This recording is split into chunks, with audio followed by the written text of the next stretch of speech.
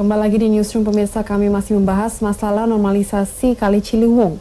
Pak Mustaqim, ini masalah normalisasi ini karena anggaran defisit ya.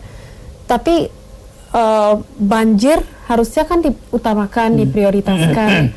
Jadi tanggapan Pak Mustaqim dengan masalah anggaran ini bagaimana?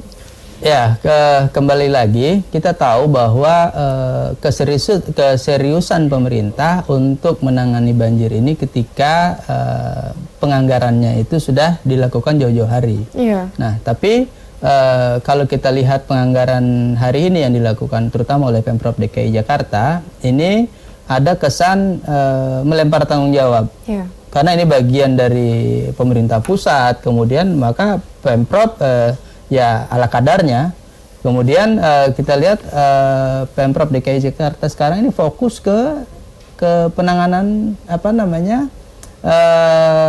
macet, ya, di mana ruang-ruang kendaraan itu dipersempit, kemudian diganti dengan ruang pejalan kaki dan sepeda, ya, pengguna sepeda. Nah, ini kalau kita lihat bagus sih, pembangunannya bagus. Tapi khawatirnya ketika nanti ini sudah tertata rapi, kemudian datang banjir dan kebanjiran semua aja jadi sia-sia lagi gitu. Nah, maka ada baiknya mungkin fokus juga tidak cuma di tengah kota, tapi bantaran Kali Ciliwung juga perlu diperhatikan dengan serius. Oke, Pak Yoga, harapan ke depan dengan alokasi APBD Pemprov DKI singkat saja dan dilanjutkan Pak Mustaqim. Ya, yang pertama kita berharap dari teman-teman di Komisi D untuk segera memastikan anggaran untuk penanganan banjir harus lebih besar dari revitalisasi trotoar. Ini menunjukkan keseriusan pemerintah DKI untuk menata bantaran kali, kemudian merevitalisasi situ dan lumbung waduk, ya, memperbaiki saluran air yang pada ujungnya adalah upaya serius pemerintah untuk mengantisipasi banjir.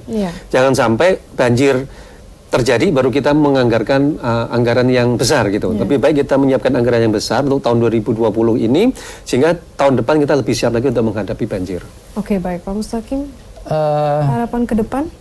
Harapan kita semua bahwa penanganan daripada DAS yang 94 km bahkan dari dikatakan 121 km DAS Ciliwung ini adalah tanggung jawab kita bersama, baik Pemprov DKI, kemudian pemerintah pusat, kemudian pemerintah daerah, terutama Depok, Bogor dan Jawa Barat ini harus bekerja bersama. Di samping itu juga masyarakat yang tinggal atau menggunakan lahan di bantaran Kali Ciliwung sebenarnya harus sadar juga gitu kan, karena makan ruang-ruang publik di mana itu adalah sangat mengganggu.